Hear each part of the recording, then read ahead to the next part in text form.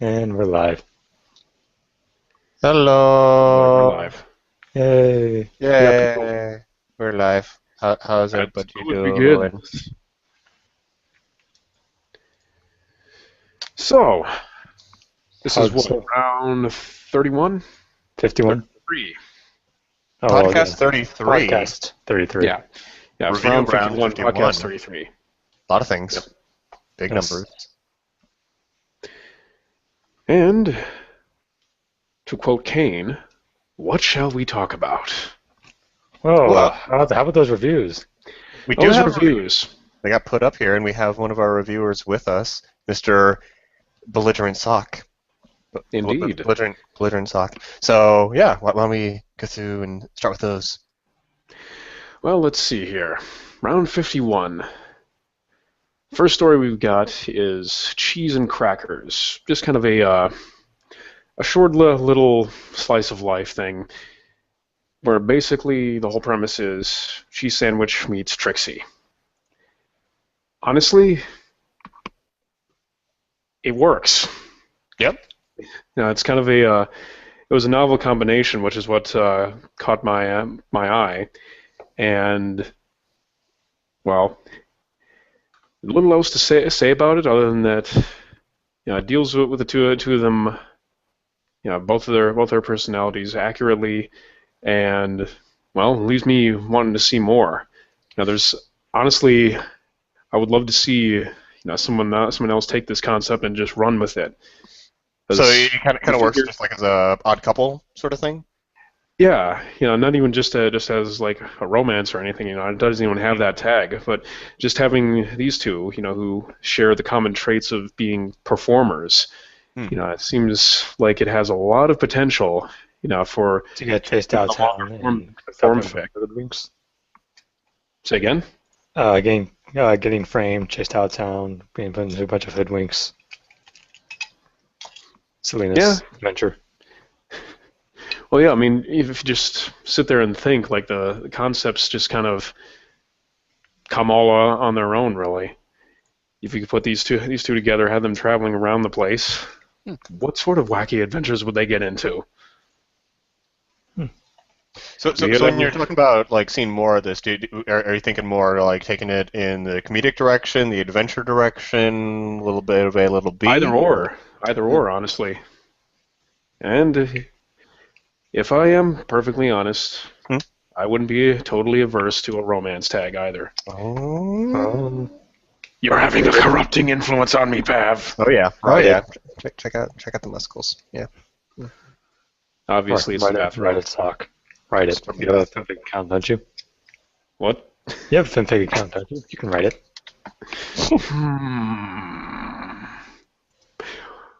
Well, we'll leave that tangent to sit idly by for now. Anyway, story number 2. This one I very much enjoyed. Was Flight of the Magpie. And as our faithful friend Faison pointed out, this is apparently like the third story we've done by Duncan R. And Duncan well, R. good reason, because he writes good. He writes good, and he has like tragically low view count. I'm looking through Duncan R's account right now, and it's just like 700, 600, 200, and it's just it's terrible. It's tragic. Yeah, I mean, the story concepts he comes up with are great, and he executes them very, very well. And this story is no exception. The whole basic idea is you've got a master jewel thief and the person who's out to catch him. And the whole opening chapter, spoilers, deals with how she catches him, and the remainder of the story is what happens then. It's the two principal characters are, of course, OCs and all that, and they're very, very well characterized. One of the things I love is that the story just throws you right into the thick of it. It takes place just as the heist is about to go down, and through that, we see exactly what makes our investigator,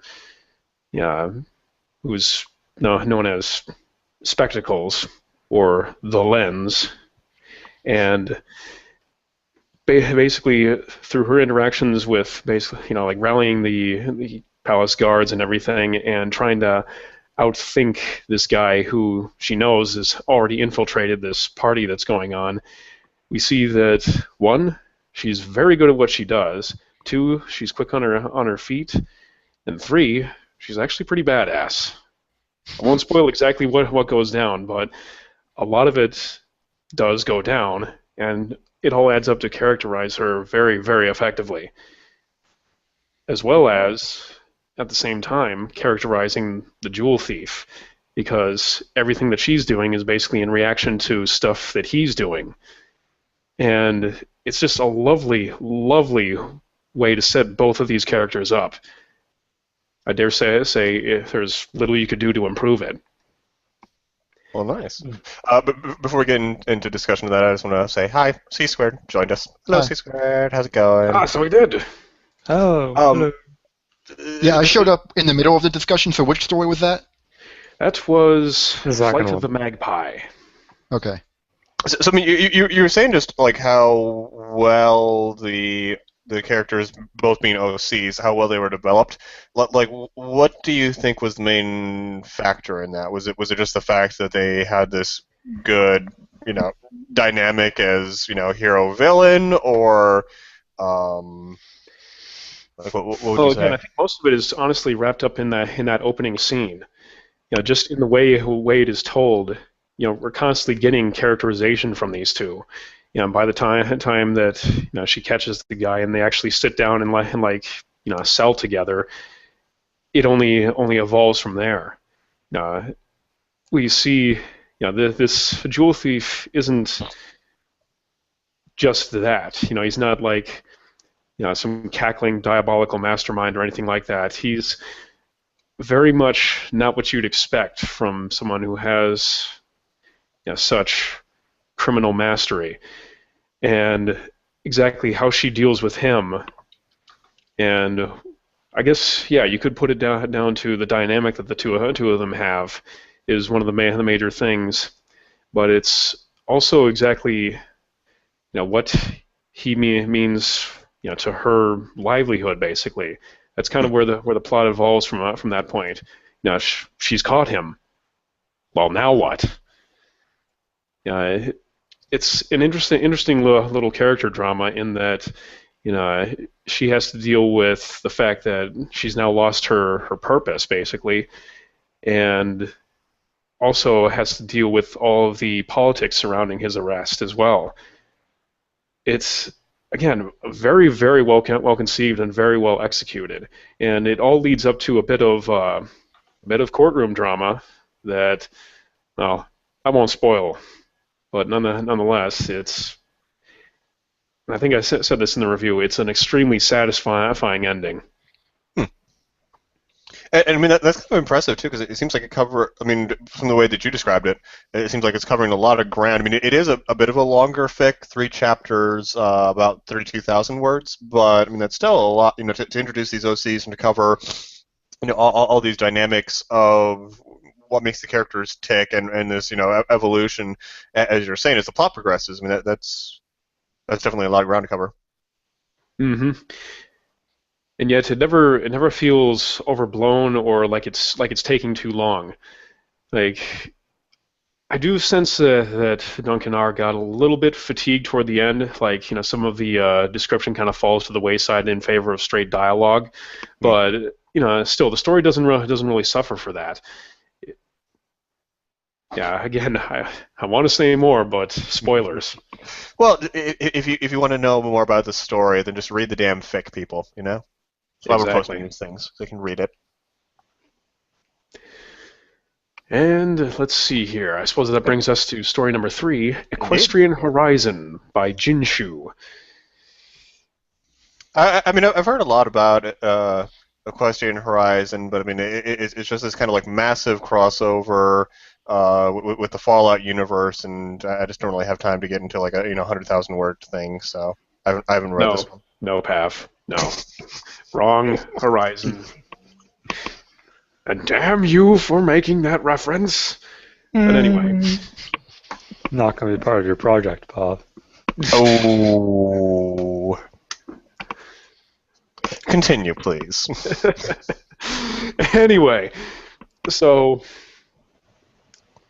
a bit of a story. Back when this whole Seattle's Angels thing first got started, and I was making my initial trawl through FimFic looking for stories to put into the very first round, one of the things I came across was an Ace Combat crossover. It's I don't even remember the name of it, but I think you might have mentioned it like in private chat a couple of times. I think I know the one you're talking about, but yeah, I'm blanking on the name. Sorry. Yeah. If you're the author of that, sorry. Yes, because what I'm about to say is going to be very unkind. Like, I literally spent several minutes just raging in the Seattle's Angels chat about this fic. Like, they ruined it! Mm-hmm. They took the opportunity and just absolutely squandered it. Like, yeah, I remember the opening scene. It was, Wonderbolt's out on patrol and they come across like some Griffins setting up anti-air guns in the mountains or some shit like that, and they go in and they're supposed to engage in a dogfight here. That's how it's supposed to go. They're supposed to like fight and fly and do cool maneuvers and do all that sort of shit, but they don't. Like the author just completely skips over that part, and suddenly they're just like bantering with the enemy or whatever who. Just come across as like absolute cliches anyway. And I was just threw up my arms and was like, well.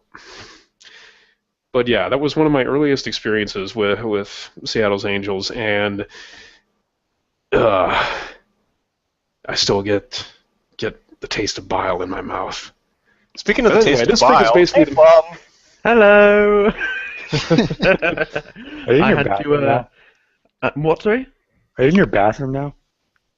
No. I don't think there are many bathroom, beds in bathrooms. It looks like a kitchen sink for some reason. Yeah, the camera's like a little washed out, but we can still see it. We can hear you. We can see you.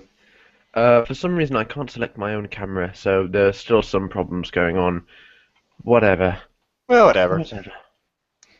Oh, there was an error loading your app. I didn't load any apps. Okay. Load your app, Foo. Don't worry, it's just Google Plus. Yeah, whatever. Whatever, I am alive. What were we talking about? So, Plum was talking about a fic that was not good, and he was comparing it to this fic, Equestrian Horizon, by Jinshu, which is good, I think. Hopefully. Yes. Reviewed it, so I hope it's good. Yep. Basically, this fic makes up for that terrible Ace Combat crossover, because one thing, it actually describes the dogfights, and does so pretty well. The actions are clear, and the author has done quite a bit of world building to make sure that these fights stay novel. Like, it is ponies with guns. I'll put that out right now. They have actual like projectile weaponry and such, but by the same token, it's not just they shoot bullets, and yeah. There actually is quite a bit of thought put into these things. They're kind of like a magical sort of weaponry that actually gets explained in detail. In a later chapter where like one of their repair guys essentially starts breaking down the weapon and pointing out things that have gone wrong in it and such. But I digress. Basically, this one takes the concept.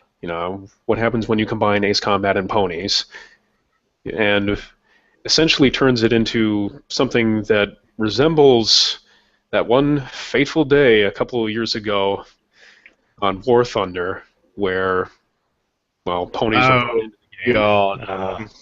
Oh, Lord, that day.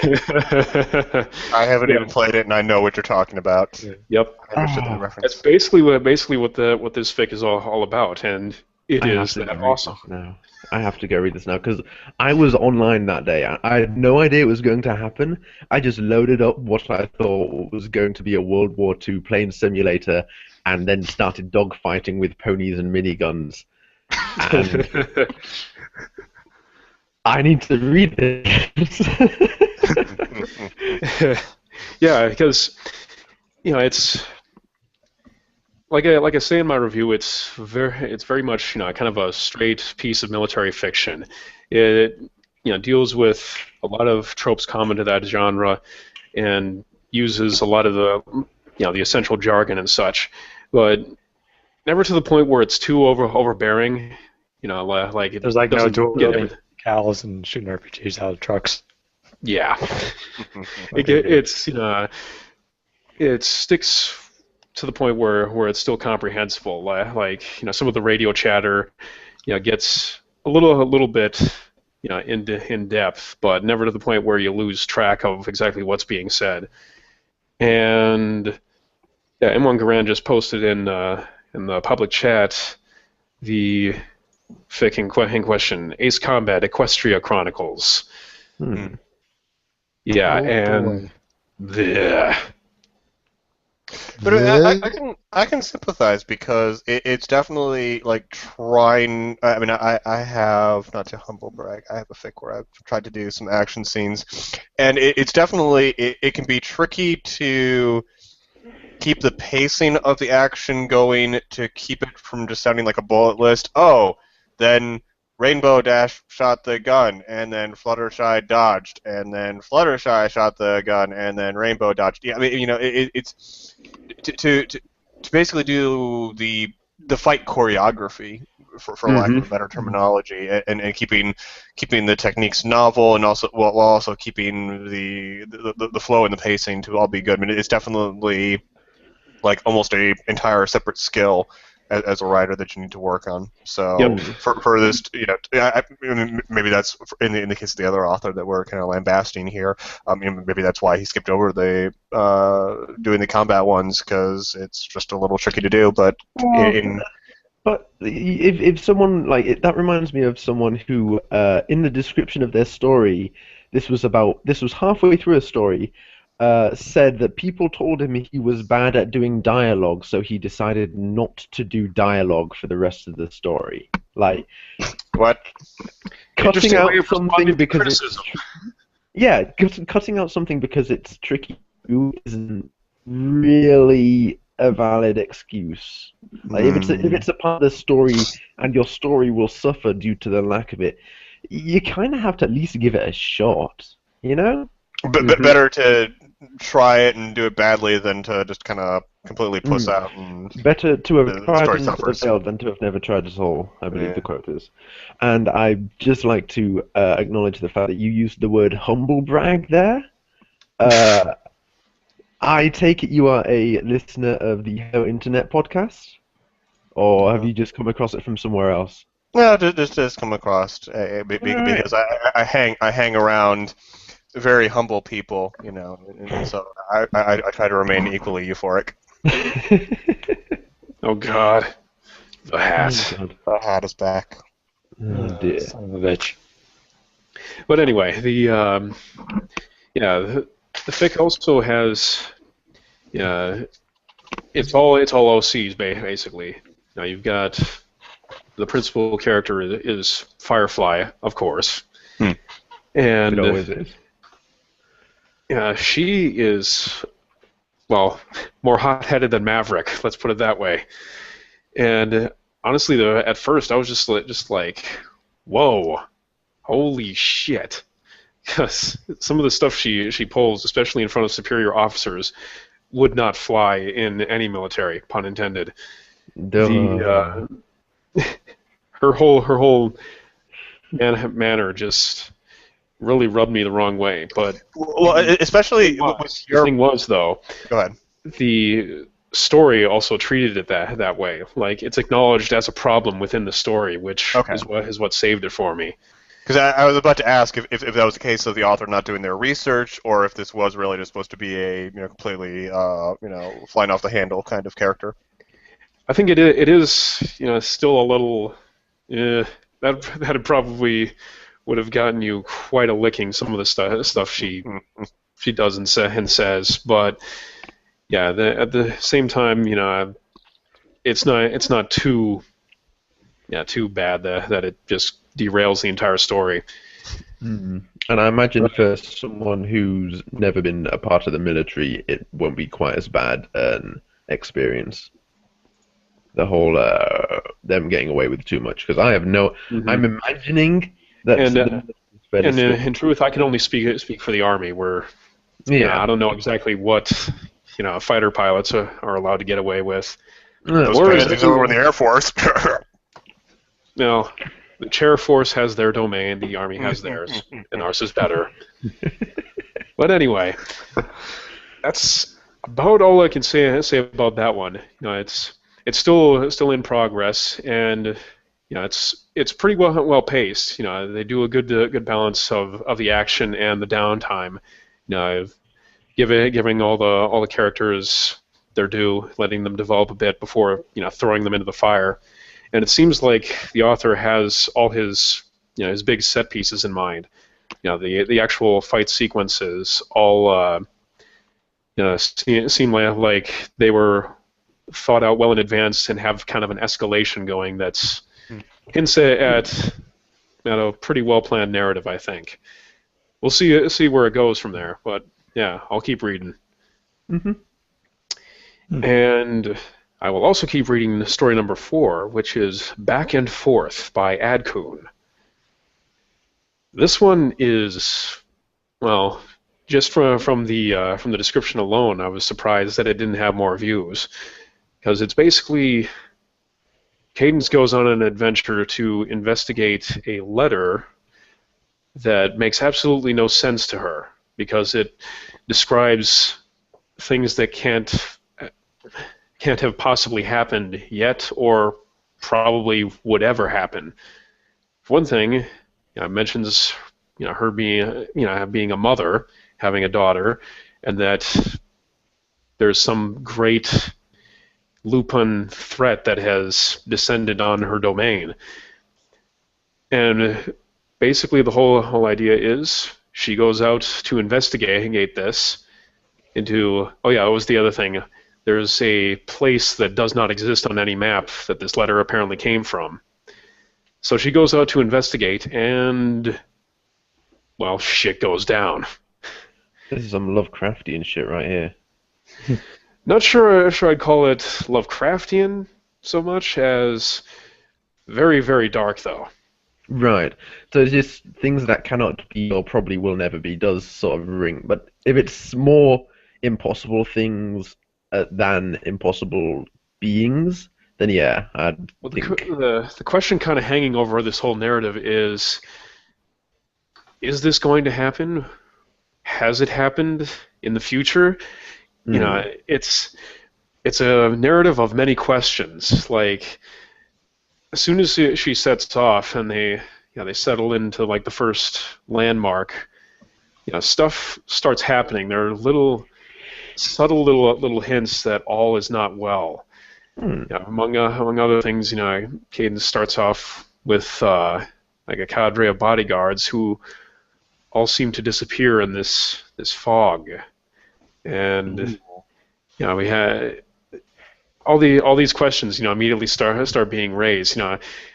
What's going on here exactly? Is Cadence like walking through time, or is something else amiss here? It keeps posing questions here, and not providing a whole lot of answers.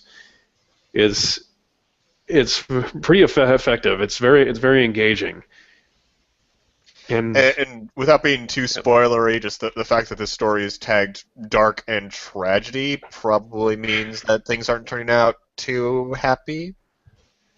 Yep.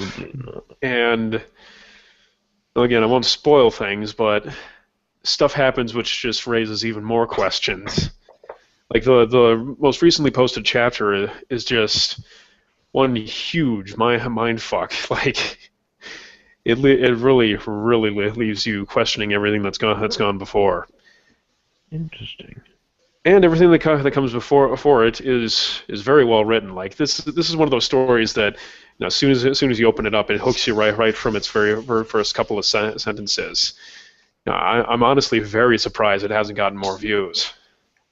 Well, hopefully we can turn that around. And it's great too. Like this one and the last one, are both in progress. So I know that like a lot of our Hmm. readers have been looking for just stuff that is in progress that they can kind of follow on a basis rather than just these like 4K one shots that we do from occasion. So this weekend for any of you readers who are looking for something to hook into, we got two things for you here. Mm-hmm. Looks good. Other than that, I think I've said my piece for the most part. Again, this is kind of a fic that's rather difficult to talk about because I really don't want to spoil anything on it. No, that's fair enough, dude. We tend to have that problem a lot. That it's just like, okay, so this Suffice it great to say, scene. it's There's this one scene and it's amazing. Holy crap! But and like there's Things this happen. pony, and you'll just have to read it. It's really good. yeah. If you want to see, Take Sock's word for it. You can trust him. yeah, if you want to see Cadence as both a competent and compelling character off on an adventure, this is a very good fic for that because she's interestingly characterized. She's not just stuck up princess. She actually goes and does shit. And exactly. Well, that alone makes me interested. Mm-hmm. Yeah. Who was it? Who was it that wrote that one? Was it Pear who wrote that one? Badass Cadence fic for. Was it a write-off? Yeah, it was the last write-off that I was around for. The one Beneath the Mask. Well, I wasn't in that one. But yeah, he wrote. I think it was Pear who wrote that story about Cadence basically being like a warrior princess. But anyway, I digress. Well, Pear gets credit for it now anyway. Thank you, Pear, for writing this amazing story. If you haven't, you should go write it anyway. Yeah, that's very true. Interesting. So I think that wraps up my summary of this round. So, Indeed, it does. Thank you for enlightening us to your hard efforts. Thank you for being here on time to deliver it. Mm-hmm. Oh, shots fired. he's okay. I killed him later. What can we move on to then? Oh, How about Equestria. Oh, shut up. Equestria Oh. Daily. The inside, outside, whatever. Outside, inside. That's the one. I don't think the results had been posted by the They last haven't. podcast, did they? No, there was a last weekend. Not as of last one. They were between There's the a last one. yes. Yes, this is the first podcast since the results came out. And I've got to say, there were some pretty spectacular stories in there. Like, any competition where it's got, like, Aquaman and Calding Gardes and Bad Horse and various other people battling out for the top spot. And Bad Horse didn't even make it in the top 10. Mm-hmm. So, and his was pretty good. It was an experiment in sort of like the perspective of Philomena on mortality and stuff like that. Wasn't Bad Horses? I think it was Bad Horses and Titaniums that were both added as afterthoughts to them. Like the story was already written and it was like an hour after the contest had supposedly closed. You're like, oh, this fits. I don't know. I do know that there were some spectacular ones. The story you mentioned earlier, Sock, may not have been Lovecraftian, but there was at least one Lovecraftian story in there called An Outsider's Perspective, which was literally an outsider from beyond the realms of reality comes and turns up in Ponyville. Was that the one by Kavande? Yeah, that was. Yep. Mm-hmm. Kavande, who's the author of like the various Blue Bloods saga stories. Yeah. Oh yeah, that's the thing. Like, I've not actually read any of those. Are they decent? I have them on my read later list, which isn't a bit. Yeah, I did read. I actually work on entry. cutting mine down, C2. So come on, you gotta step up your game. Well, hold on a moment. 1649. 1649. Yes. Not bad. Not bad. It could be 2000. 218. Suck it. I think I'm winning. I heard higher numbers were better. Oh, I thought this was like golf. Okay, Right. no slow cap for you. What were you saying, Sock? Now, I was saying that I read Nardez's entry for the contest, the last trumpets call, and as expected, it was good. Mm-hmm.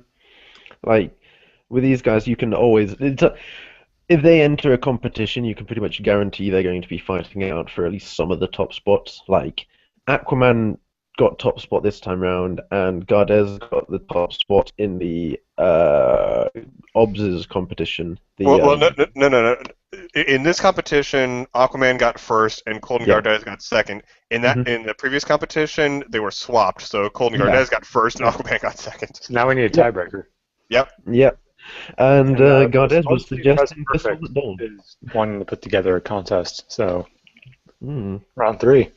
There you go. Seattle's Angels sponsored competition, and we'll get Pav to do all of the judging. Oh wait, no, that's a terrible idea. We can put on the Golden Quill Awards. No.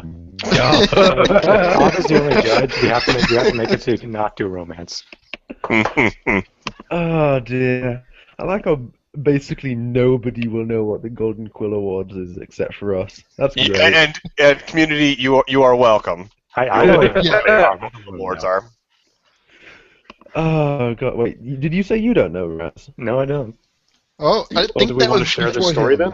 Yeah, Might have been it must have been before my time, so let's just say that's a good thing. Long story short, someone approached us with the premise of starting like a film fiction version of the BAFTAs or the Emmys or some literary prize, like the Turner Prize or whatever. Like yearly, best What fiction. makes it better is that this person was already known to us as someone who is incompetent.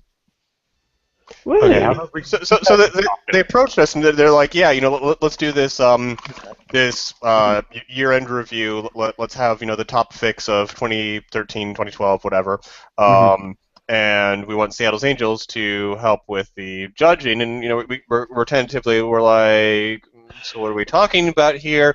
And they basically said, oh well, I mean, you guys have experience with reading everything, so we were hoping you guys could come up with a system and read all fix it, if not this year. And we're like, they did that. They also said they've got Equestria Daily and the Film Fiction mod team on board, and then when pressed, he said, well, not really on board. I thought it was Everfree Northwest that they had on board. yep. I'm sure they will. They had final So draft it's on basically board. one guy saying he has an idea, and he's asking people if they want to do it for him. Yeah, basically.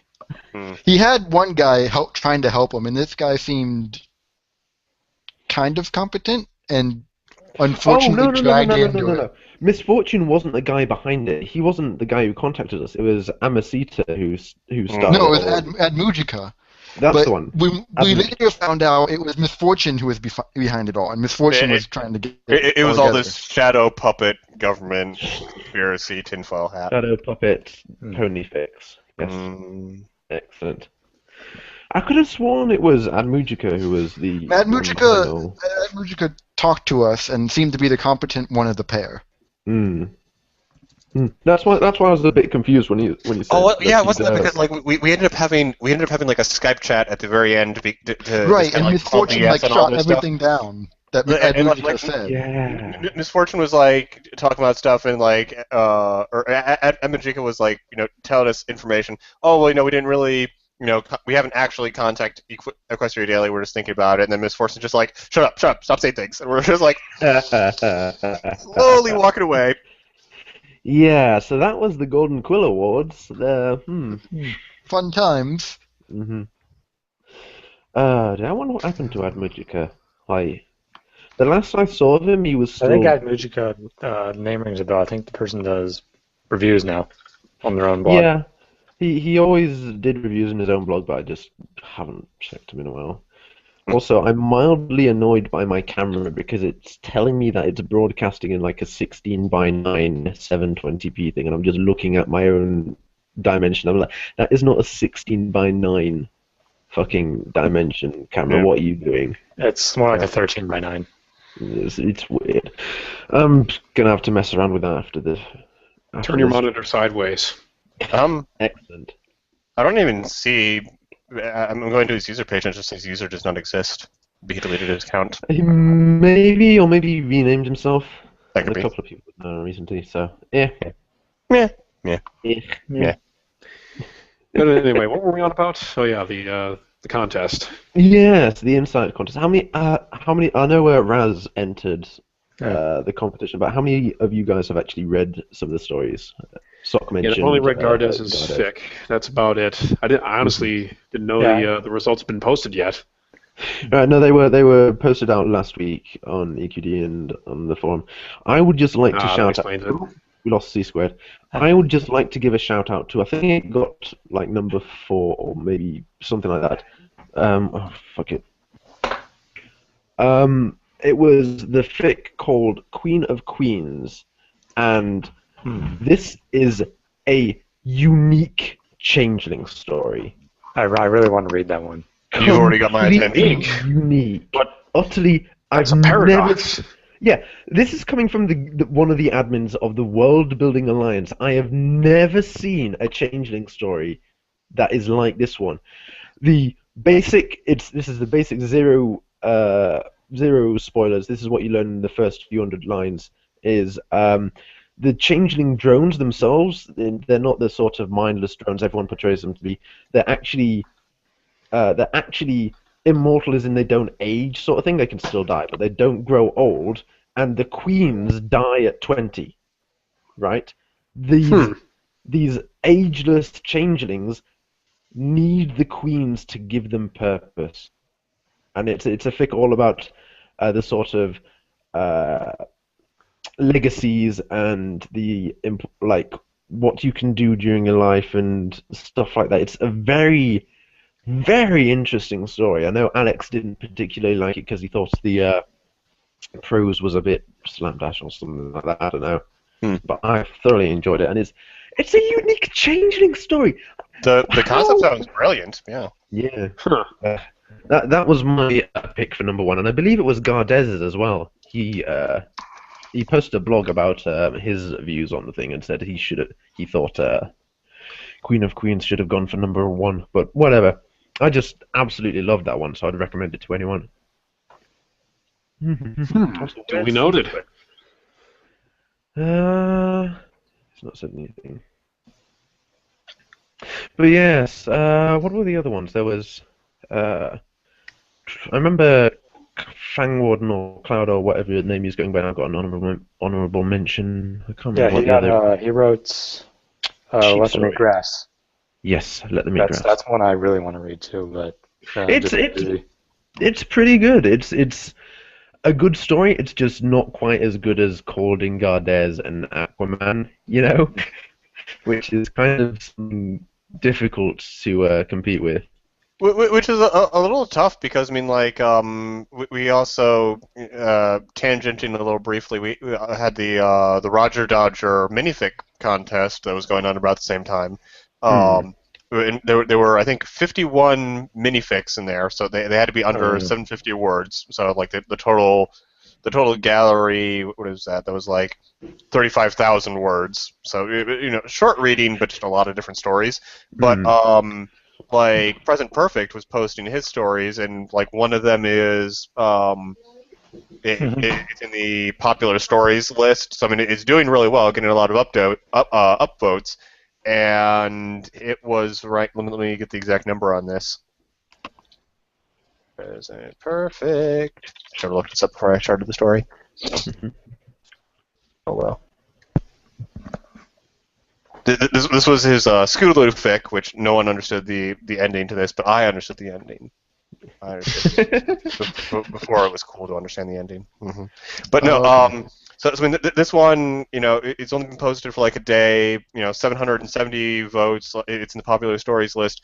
Written for the write-off, finished 36th place out of 51, and it's just like, wow. If a good story like this is placing so low, it's just a low ranking does not mean that your story is bad. It just means that there are a lot of really good people in the competition with you. And that's the exact same thing with the EQD contest. Yeah, like we had 109 entries, totaling almost 700,000 words or something like that. How was sorting through all that, by the way? It was surprisingly easy. Like, we did in like 3 days what took OBS's competition judges like a week. because we sort of divided the judges into trios, and each trio would take like a handful of stories and quickly go yay or nay. Does this have a snowball's chance of coming anywhere near the top 10, like anywhere near the top percentage of the group? If it didn't have a chance, sorry, but we can't spend all this time reading, how much was it? 675,000 words in 2 weeks for the competition. So the first stage was, is it decent? And yes, that cut it down to about, I want to say, down to about a third, or half or a third or something like that. From there was just, there were an awful lot of great stories, like 109 stories, and there are going to be 10 winners. Like, there are a lot of good stories that had to be cut out of that winning bracket, you know? Especially when they're coming up against stiff competition, like everyone mentioned, Gardes and Aquaman.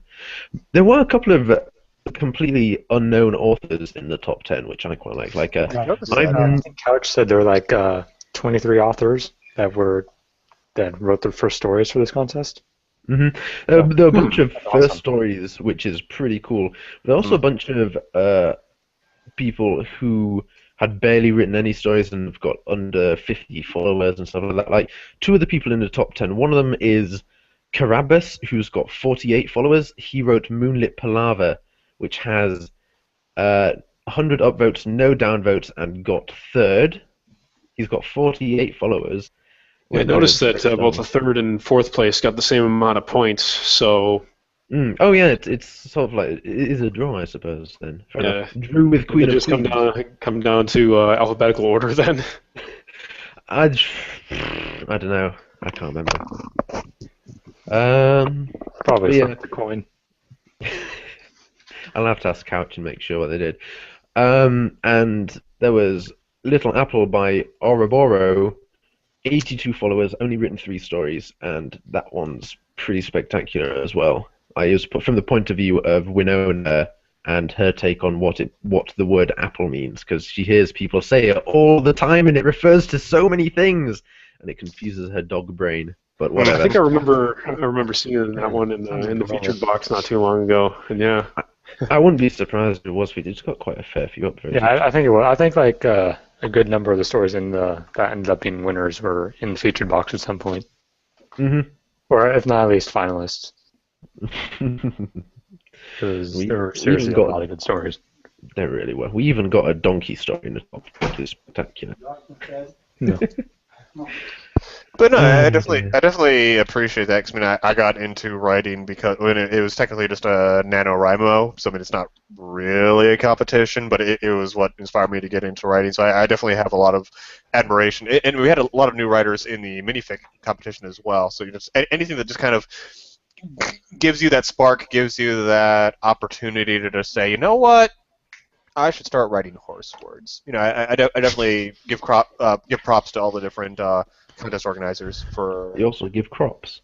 I give crops. Well, I'm getting distracted because Deja keeps on talking about Klopp in the.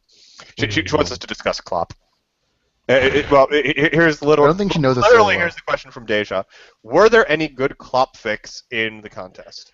I believe it was a PG only contest, so I'd be very surprised if there were. That's kind of contest.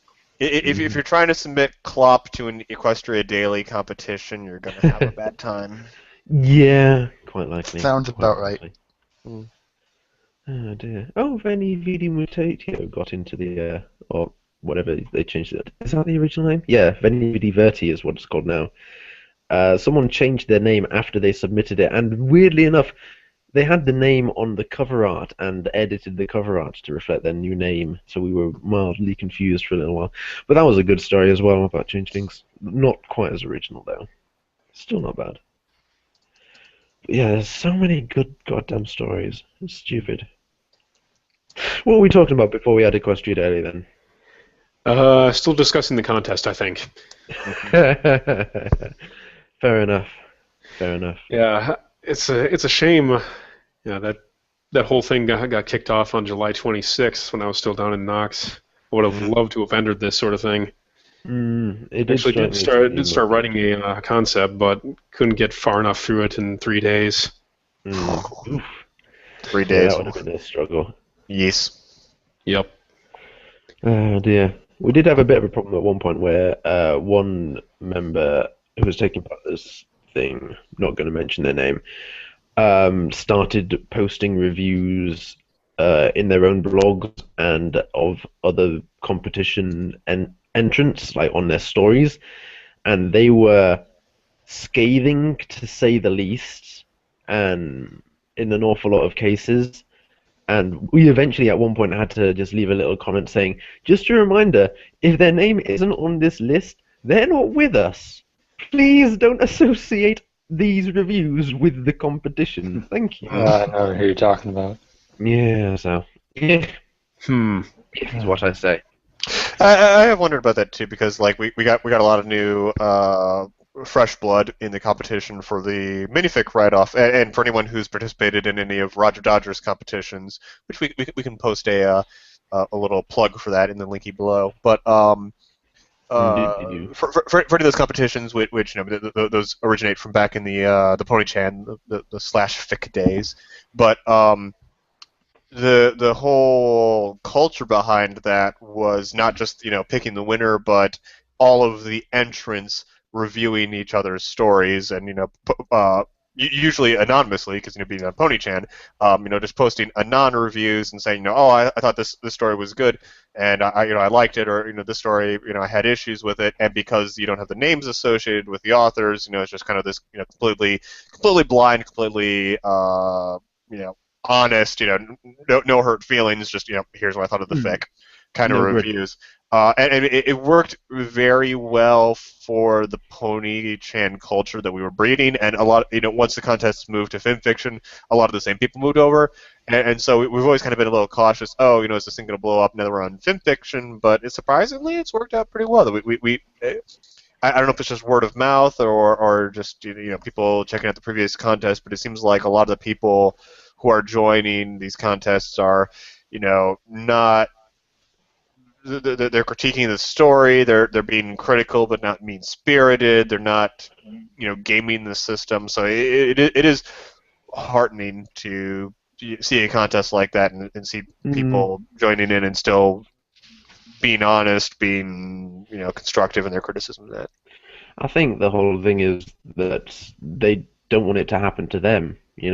Like in a bigger, like the write-off, the minific things aren't absolutely massive, are they? They've generally got a pretty good turnout, but they're not like colossal. I don't think. So it's almost more personal in a way, like if you can easily get lost in a crowd, but when there's a few people there, you don't want to act like a dick to the guy you're sharing a seat with, because he's probably going to act like a dick right back to you, sort of thing. Especially if, like, then you pull back the blinds at the end of the competition, and you're like, oh, I just told Short Skirts and Explosion that he was a hack. Surprise! Well, at least you were honest. He's going to cry into his Dr. Pepper. Oh dear. Fucking Short Skirts, though. He was in one of those competitions, and like it was a weekend competition. You had 72 hours. In 72 hours, he spits out Never. One of the stories that's on FinFic, which is like 25,000 words. Just like, Jesus Christ. But it was aside from being extremely purple, it made me sad, and I totally legit, like, crocodile tears cried at the end of it. So props to him for that. Oh dear. Now, are there any other competitions? Like, there's Equestria. When is the next write-off? They usually go up around mid-month, I think. So yeah, maybe another week or two. The last one for this write-off group, the voting was the end of August, so it's probably going to be like another couple of weeks before we start getting start with that. Interesting. So what other competitions are there going on then? Like, I think right now they're over. I know Present Perfect recently said that he's wanting to make one. Yep. Interesting. And then there is the write-off fanfic, the write-off ones that we just talked about. And Present Perfect Present Perfect dropped the bombshell while we were in the middle of judging that, because he said he would judge some of the stories from this competition. He felt obligated by this sense of duty to judge all of the fics in the competition. I know that Oh, feel. I know that feel, but oh god. He could not bring himself to not read all 109 stories and post them in a blog. Like he couldn't not do that. I admire his dedication, but Well, he did that with the with Obbs' little contest too, didn't he? it sounds quite possible. Yeah, he did that with Sounds the right. contest. That's just Oh, Present Perfect, we love you. We do. we love you dearly, President. Your diligence is honorable and insane. Exactly. Oh dear. Yeah, I figure October is coming up as well, so there's probably going to be horror fic competitions as well. Oh god. Equestrian Daily's run a couple of like. We need more horror fics. We need a horror tag on FimFiction. We do. Horror tag would be good. I just remembered Mystery tag, damn it! Yeah. Mystery. People are trying to resurrect One-Shotober again. Yeah, I remember that came up in the public chat not too long ago, maybe like a couple of weeks ago now. That thing where you write a one-shot every day. For a month. Yep. Yeah. I hated that. Like, it's the way it's set up is perfectly designed to churn out lots of crap. Like, there's no incentive to write a good one-shot every day, and I'm of the opinion that a single day is nowhere near enough time to write a story and have it checked for it to not be crap. You know, you can't run 31 one-shots past an editor one at a time every day for a month. You know? I mean, maybe. I mean, the minific competition that just ran in the write-off group was 750 words in a day. So, I mean, it can be done. But my more concern is, can you have 31 different prompts that are actually why don't you just write one story that's 31 chapters and write a chapter a day? That would be a lot easier. NaNoWriMo. Yep. And there's other things like the fact that I think there were 7 or 8 people last time who managed to churn out a one-shot every single day of the month. I think one of them was Regidar, if I remember. Maybe Regidar. I think he took part in it. I don't know if he did all of it. I know XXXIII did the whole thing, and he's the one trying to start it up again. But those people alone contributed like 250 stories to FimFic over the space of a month. Think of how many stories that got pushed off the front page by this rushed one-shot nonsense. Deluge of shovelware. Yeah. Exactly. Yeah. If you're gonna upload this and you're just making these dinky little one-shots, at least put them in an anthology. Put them in one story that updates 31 chapters. Even if they're it's an anthology. They're not related. They don't have to be related to another. But just don't shitpost the front page. That's all I ask. Absolutely. Like if you want to try and write a different story every day in order to try and inspire yourself or get used to writing, whatever, absolutely go for it. Yeah. I've done the NaNoWriMo, and I definitely enjoyed doing the NaNoWriMo, which that's trying to write 50,000 words in one. So I definitely I agree with the spirit of it, but just don't shitpost. It's the publishing 31 stories with very little time to spare for taking effort over them is the problem for me. The rest of it I'm okay with it, and I don't know, maybe I'm just being overly cynical about this whole thing, but whatever, that's the way I feel about it.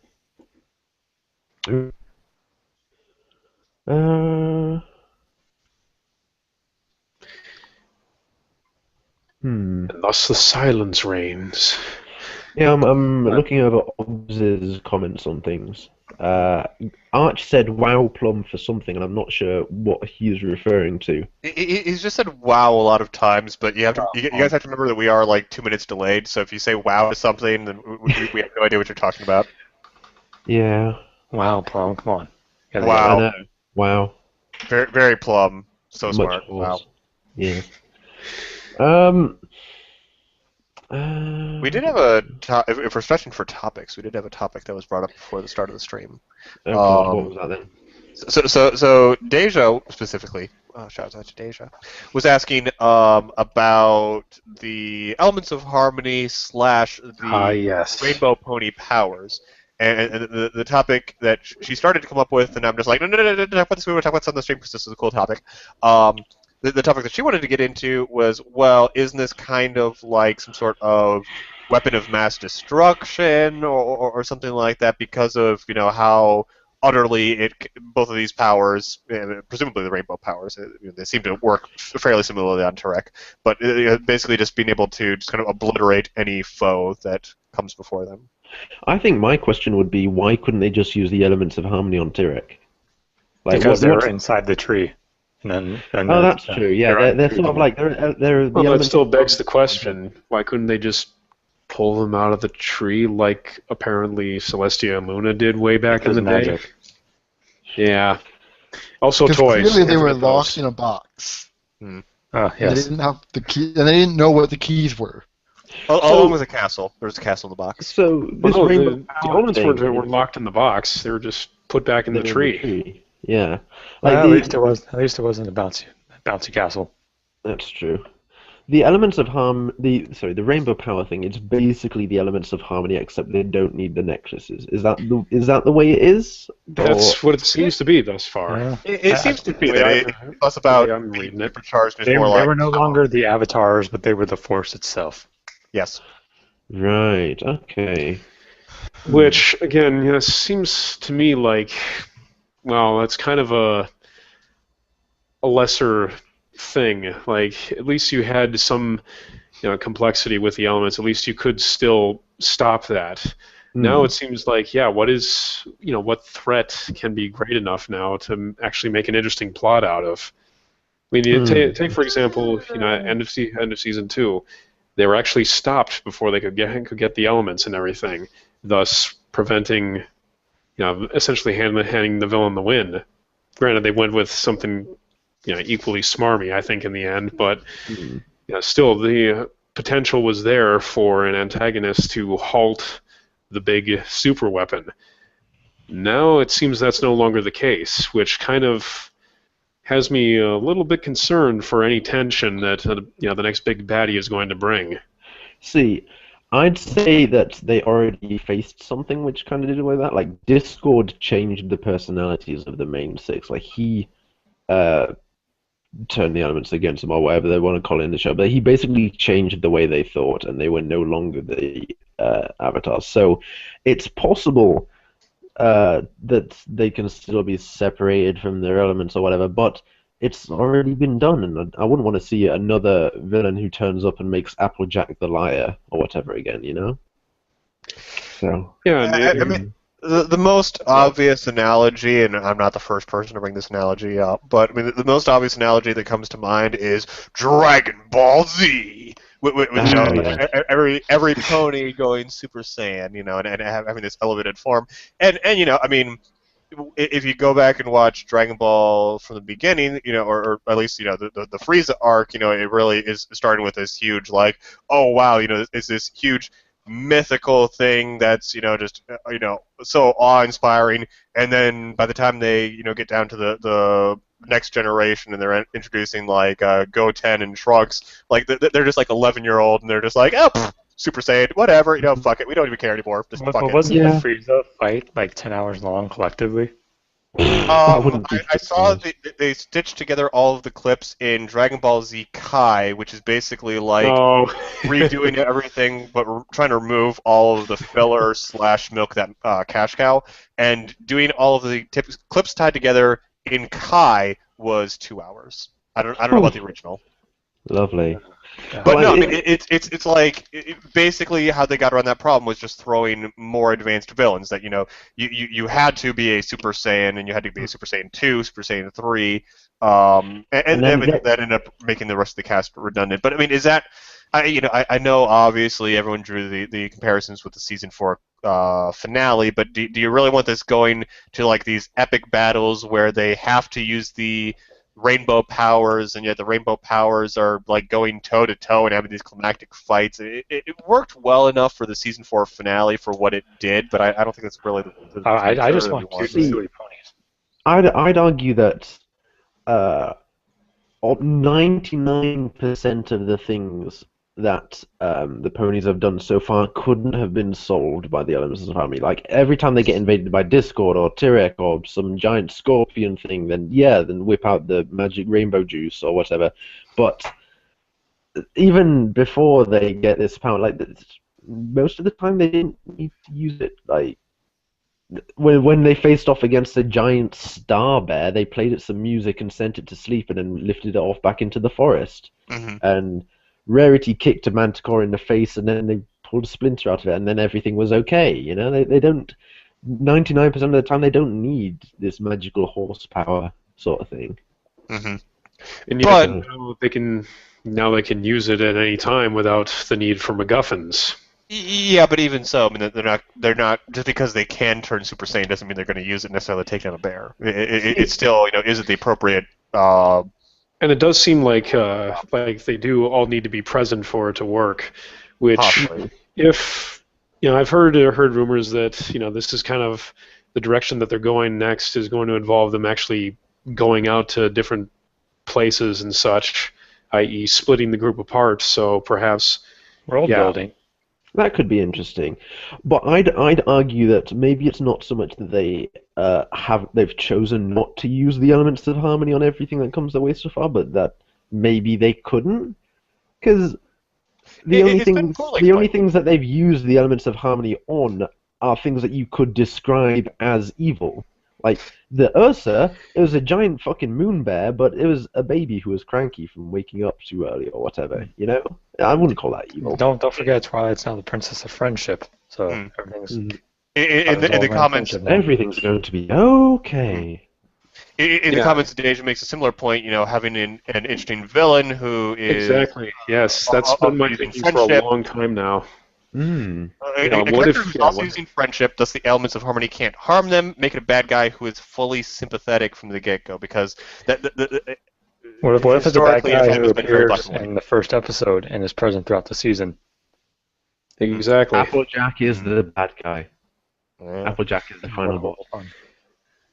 No, make Applejack the final boss. Like, to harken back to that epic that I shall never write. Starcrossed, that was basically the whole concept I had, was that instead of some big bad evil guy, you had essentially a coalition of companions who were still nonetheless diametrically opposed to our protagonists. Not bad people necessarily, but whose goals and such still stood in opposition to our heroines. Okay, so you could be like, I don't know, a griffin or something like that. Someone who's not inherently evil, but doing something that would negatively affect others, but for a reason that could be justified or something. I don't know. Oh yeah, or in the whole reason I had envisioned was basically, a better tomorrow, even better than the apparent utopia that Equestria is, and. That seems to me like about the only way you could really spin such a thing is if you have an antagonist who has a vision in mind for a better tomorrow that's still different, that still upsets the established order. That's and the only motivation you could give them that was still plausible, I think. Yeah, because anything else is going to be considered, evil. Deja summed it up. Someone who's willing to do anything for their friends, literally anything, sort of thing. Precisely.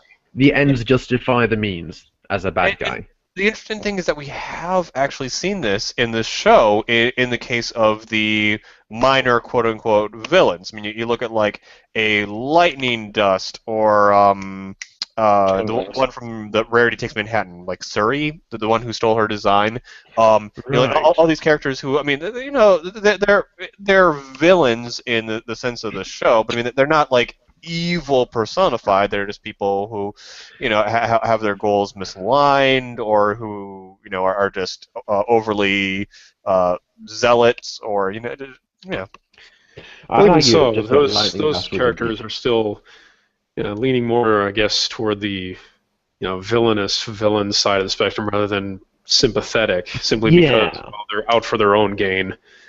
I don't think you could ever describe we're Lightning Dust discussing now is someone who is still utterly selfless, yet again, whose goals are basically so divergent that that it's going to be Red Eye, isn't it, from Fallout Equestria? Nah. Because no matter what you do, slavery's bad. Okay. Okay. But it's slavery to build the Ark or something. I don't know. I can't remember what Red Eye... No, Red Eye wanted to make more male alicorns. That was his thing, wasn't it? That's what he wanted to do. Yeah, so basically to become a god is what his end goal was. Aye. Yeah, take everything over, rebuild Equestria. Done. Yeah, to make himself a god and then save people once he was a god. Something like that. Oh well, but yeah, it's like the same basic template though, if hopefully better executed. Whereas it's a guy who's got noble aspirations but is willing to do terrible things to do it, and things so terrible that it could very arguably invalidate the end goal. But whatever. Something like that. Which would be kind of interesting to explore, because if you look at how the elements of harmony have been deployed, it is very, well, I mean, freaking keep calm and flutter on. Oh, we got this villain, Discord. He's evil because, I mean, Chaos, he was kind of a chaotic neutral villain, but we're gonna say he's evil because he's messing with our shit. So we're going to cast a spell on him. Twilight, go to your library, find a spell to reform him, just mentally tamper with him and force him to become a good guy. I mean, that's not the technique they ended up employing, but it is this very, everyone let's be friends, but there's kind of this seedy undertone of be friends or else. Don't think about it too much, sort of thing. Yeah. When we're done with you, you won't be able to think at all. The other alternative, instead of a sympathetic villain, is a villain who isn't affected by the rainbow powers for some other reason. And I'm not sure if that could be done without the sort of Dragon Ball Z escalation syndrome. Yeah, exactly. It's like, we have this power. Haha, your power no longer works. Ah, curses! We're doomed. No, wait, now we have better power. I guess it only really becomes a problem if it continues to escalate. If you start down that, I mean, slippery slope is a logical fallacy, yada yada. But I mean, if you start going that direction, it's gonna keep going that direction. Yeah, maybe. If it was just if it wasn't just as soon as they got rainbow powers were rendered useless, and it was only one person, it was, I don't know, some mega evil heart of darkness kind of person who's too dark to be affected by the rainbow or something. Was it from that would feel very contrived, yes. Yeah, I know. What was it they had in the first generation, the Rainbow of Darkness? That was the bad guy's main tool, wasn't it? Yeah. He used it to turn these into dragon things? Wasn't that Tyrek himself anyway? Yeah. I think it may have been Tyrek in Generation 1. Yeah, I'm going to go look this up. I think you're right, yeah. But, I mean, that's one route you could go with it. The other route is, again, pulling from cliches that have been done by the fandom, but, in anti-elements of harmony. So you have them, they're not necessarily in favor of harmony, they're not in favor of Celestia, they have their own agenda, but they are friends. And so, because this is the magic of friendship, they would be, immune to the Rainbow Blast, but they're still aligned differently. Well, yeah, that's what I was getting at earlier. In fact, that's exactly what I was picturing. Yeah, you have a close-knit group of individuals who are in fact friends, and thus that's where they both gain their strength. And I guess in this case it would be their immunity from our heroine's magical end all. Mm. And yeah, it was Derek from season 1. I mean, now that you and I both say that out loud, does that start to, from like a narrative arc of the entire show, does that start to become a little convoluting the message if we're saying, oh, friendship is magic, but some friends are douches? Well, honestly, I think it poses some very interesting questions that would be rather interesting to see little kids show tackle. What makes one group's views better than another's. Heady stuff for kids, but if the show were to tackle that, I'd potentially have faith in them to kind of boil that lesson down into something that could be digestible. Also, if we're going to talk about recurring villains, why not bring the Smooths back? Yeah. Along with the catchy and awful song? Yeah. Apparently, the Smooths stopped by flutter ponies, which could be interesting. They're breezy. Wait, right? what? Yeah. They're slightly different. They're related, but slightly different to the Breezies. I think they were. Breezies were insect ponies, and flutter ponies were just ponies with butterfly wings, I think. I don't know. Yeah. So they're basically more like cherubs rather than the insecty things that we have. They were like Rarity when she went to Cloud. Yeah, exactly. What I was just They thinking. were what everyone equates to being the changelings were before they turned changeling. Or if they always were. Oh. I've not heard that before, actually. Changelings were first flutter ponies and then corrupted into changelings? Yeah, I've never heard that before. Oh, you I haven't? see it all the time. I'm pretty sure I've heard that. Maybe. I've also heard the theory that Chrysalis is in fact the princess from that whole love potion story. Yeah, that one's one I've heard a fair few times, I think. That's pretty popular. Mm-hmm. What I want to see in season 5 is a little bit of a shooby-doo, shoop-shoop-a-doo. Yeah, that's something. Like I want to see something. No, here we go. Something like that'll make people rage. Yeah, here's what it is. It's the sea ponies are raising the sea level, but they're all friends with each other, so they're immune to the rainbow powers. That's it. Season 5 done. There we go. They have to save the time has come. artists. The ocean-born hordes shall climb it all. Mm-hmm. Ah, dear. Oh my god. I'm looking at these old My Little Pony characters right now. There is basically the Fonz, but a zebra, and he is anthropological. Oh god. Oh boy. He's called Zeb. Of course, Because of course. That's I'm going to post it in easy. Dick's Google Hangout chat. 1 second. Uh-oh. You're awful. Zeb.jpg. Show us.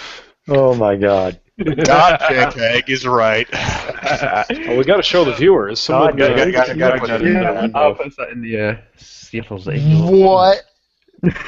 Oh, he's so delightfully 80s, though.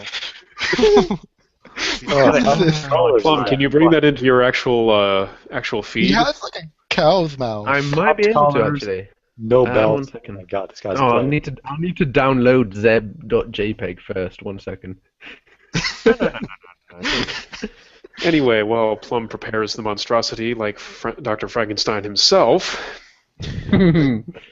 was there... I seem to recall there was one other topic we wanted to discuss. That doesn't work. That's how it works. He's a little big. He's a little big. Yeah, he's a little big. Oh dear. Too close, a little too close. But we need to see his face. No, we don't. Yes, we do. No, we don't. I posted it in the chat. So. Oh dear. He helps Erebus steal shadows. Interesting. Oh The my sun God. is bad. Gizmonks, okay, which are monkeys that like technology.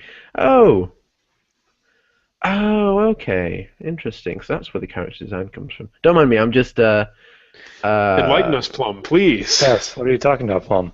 There's a character from one of the things called Grogar who apparently inspired a Oh, character from the disorderly conduct thing. yes, yes. I've seen like the big blue goat guy. Yeah, that's the one. Interesting. I wonder, like, there's a bunch of actually fairly interesting designs in here. Like, there's what is essentially a giant rock dog thing. I think it's actually called a rock dog. Uh, which could Evolutionary offshoot of Diamond Dogs. or what Rockagator things, whatever they were. Crocodiles. That's it. I thought it was called Craggator or something. Crocodiles, something like that. Some rocky alligator things. So you've got them and you've got your Timberwolves. Actually, could there be more elemental things like a fire? Oh, you got phoenixes. Yeah. You got phoenixes. And you got dragons. Timberwolves. You got Cragalisks or Craggagators or whatever they were. Ponies. We need sea You got sea ponies. serpents. Everyone forgets those. Yeah, true. I never forgot the sea serpent. We've got the breezes of the wind. Shooby dooby doo. Oh dear. What are the grundles? Oh god. The bush woolies? Oh god, it's got an Australian. Oh, yeah, that's right. What what was that one fic where? These are basically tribbles. What the fuck? Yeah, where Pinky's sister goes into Hades, basically. Those things were mentioned. They had in that story. Oh yeah. I remember that story. Through every door. That one. Yeah, Yes. Story? Those Walk things. through every door. It is my fate to enter every door. Yes. Yes, I know. And yeah, those little things had an interesting habit of blowing themselves up, apparently. Yeah. These things look like you find them in McDonald's Happy Meal or something. Interesting. I don't know where the exploding thing came from, or if that was just the author's own little embellishment, or Maybe the toys had a habit of exploding. I don't know. these toys have C4 in them. Yeah. Awesome. Yeah, America. And That's that's how the you know last they're time American Sonic toys. was allowed to work at McDonald's manufacturing plant. Too late. Just mix this idea of C4 filled Happy Meals with the latest design of the Happy Meal box. Have you seen this thing? No, it's Yes. the hamburger buns that are made Oh, from it's C4. horrifying. Horrifying is what it is. Yeah. Oh dear. I like because I haven't watched much of G1, but I've read a couple of people because a lot of people have like shotgunned G1, and I've read through some of their blogs. So Present Perfect did a blog of it. There's an episode called Spike's Search, in which because Spike is He's a a princess. recurring character who's appeared. Is Spike a dragon? Yeah. They Spike the Dragon in G1. Oh my. Yeah. I mean, I think he's been in most of the generations. But I mean, obviously a different character, just renamed. So he goes on a dragon quest to find dragons to teach him how to control his breath, his fire breath, because it's getting out of hand. And he finds the dragons, and he discovers that they're bullies, and they're up to some bad behavior, and they make fun of him for living among ponies. And in the end, he decides that ponies are better, and so he sides with the ponies. Interesting. Familiar? We've been lied to this whole time. I'm aware of a Spike episode called Spike Search, which I think is the first time of Spike. That's the one. Spike Search, yep. It's in one of the later series. It may have been G3 or something. That's the first time he turned up there. But he was the guardian of a flower, and whoever holds the flower is the princess of the kingdom, according to some ancient rulebook he carries around. So he went around trying to find Equestria, or whatever it's called, princess, and eventually he picked someone, and they said, "No, everyone's a princess," and then everyone was a princess. Yay! Everyone's a princess. I'm a princess. Yeah. Princess. So Am I a pretty Not princess? how a divine monarchy works. that's a different Spike Search with a slightly different outcome. Oh my. Yeah. Yeah. Mail order Hollywood pamphlets What? featuring food. Oh god, the Grundles are at it again. I'm just looking at all this up. The Smooth in this poster looks like a bad guy out of that Captain Underpants book from way back when. Oh God, that was a thing. I remember Captain. I used to That's read some a lot. nostalgia right Captain there. Underpants was the best. I remember Except for Diaper Baby was better though. the little toys that would come with the books. Oh Lord. Yeah, I suppose it kind of came up earlier in discussion. If the rumors are true, and the next season is going to see the main six actually branching out and acting kind of as ambassadors to distant lands. Which should be cool. Where do you think that could go? I mean, because we've seen some consistent foreigners in the show already. There was the Saddle Arabians, obviously, and as well as that one kind of I guess he was sort of Turkish-looking guy who showed up in a couple of episodes. Yeah, he turned up and completely ignored Twilight or whatever it was. Yeah. Thanked her and moved on, yeah. I want to see them visit this mountain, which I've just found from old pony stuff.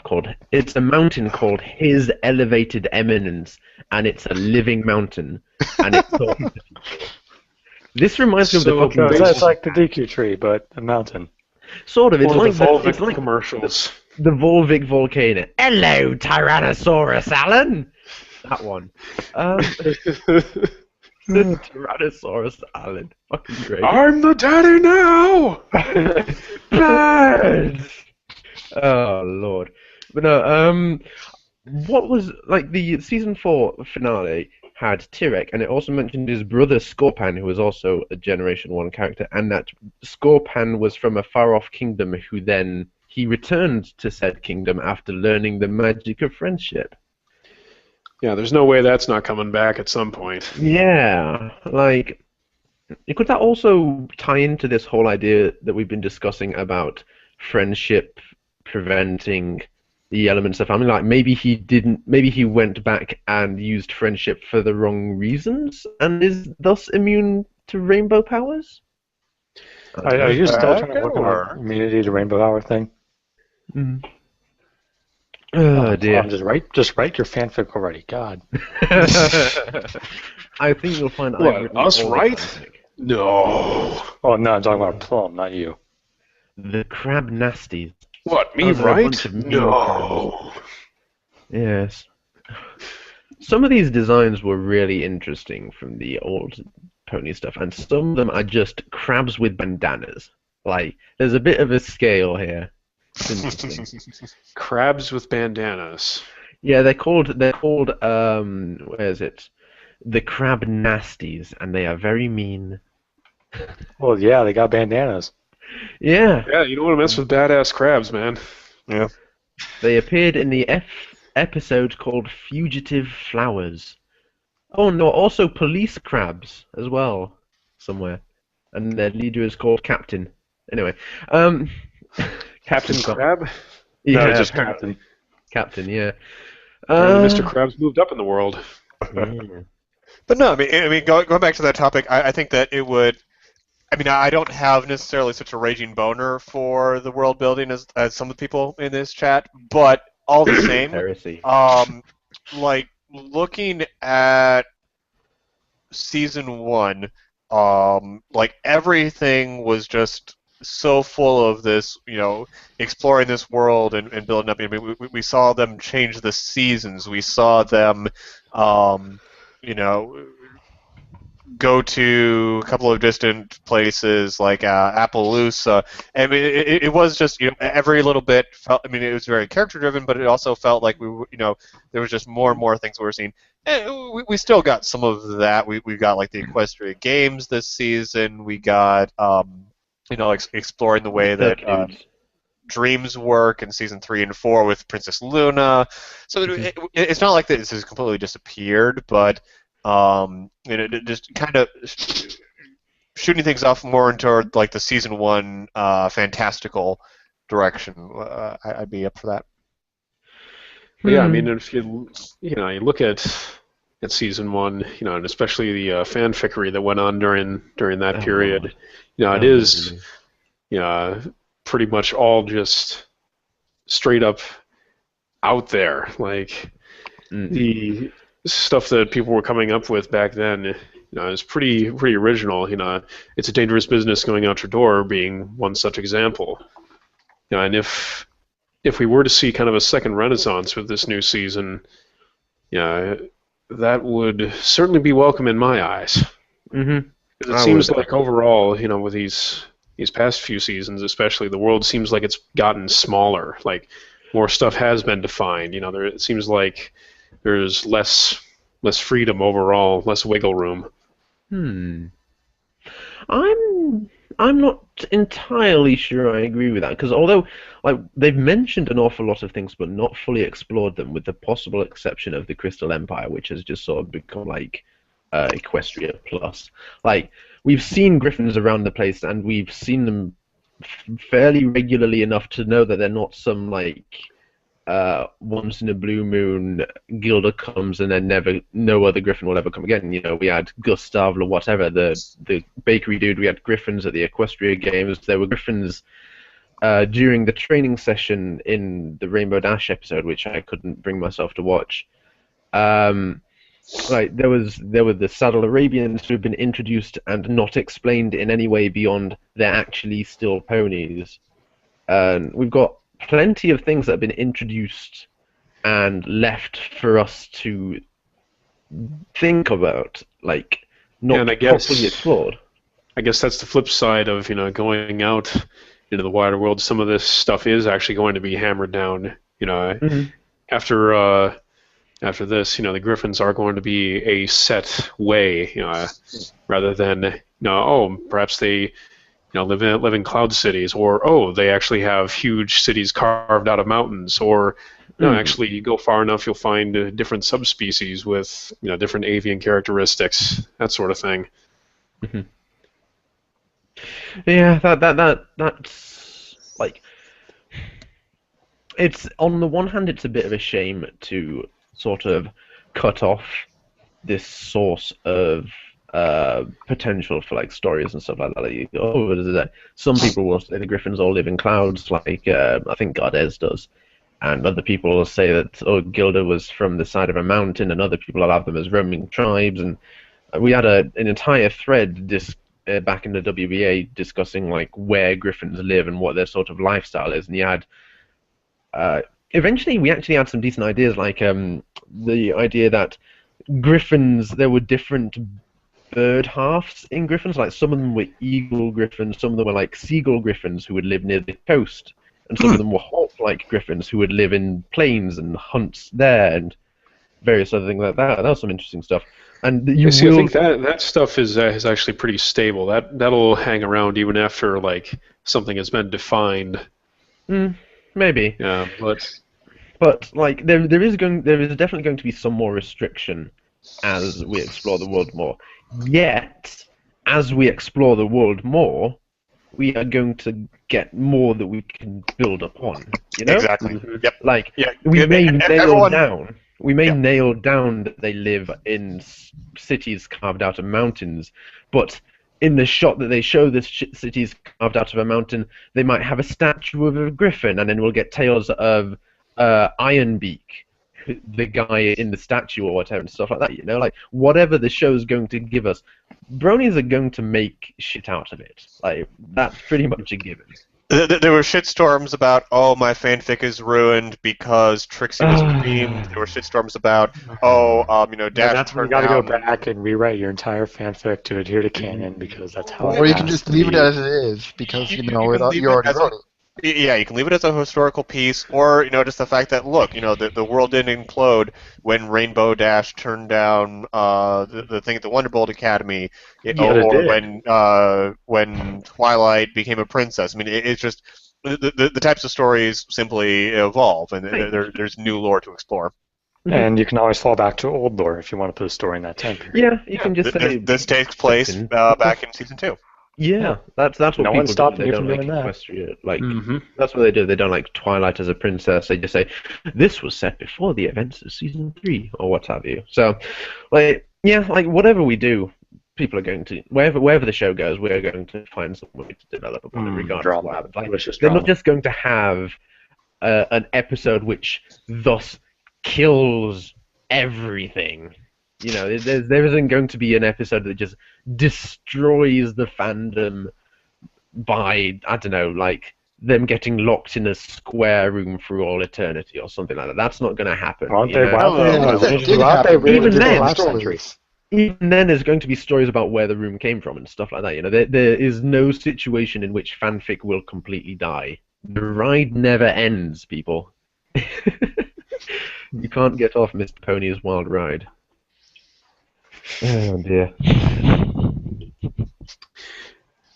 Damn it, now I'm thinking about Griffins again. Fuck. I think that's actually a fine note to end off on. We're over the time limit, aren't we? I think we're just about wrapped up for this week. Yeah. Yeah, that sounds like the ride never ends, people. You heard it here. Except when it does, like this stream. Well, Yeah. I don't know. Man. Well, it hasn't stopped yet, so. Who is the guy the hangouting this? I don't know what I was saying.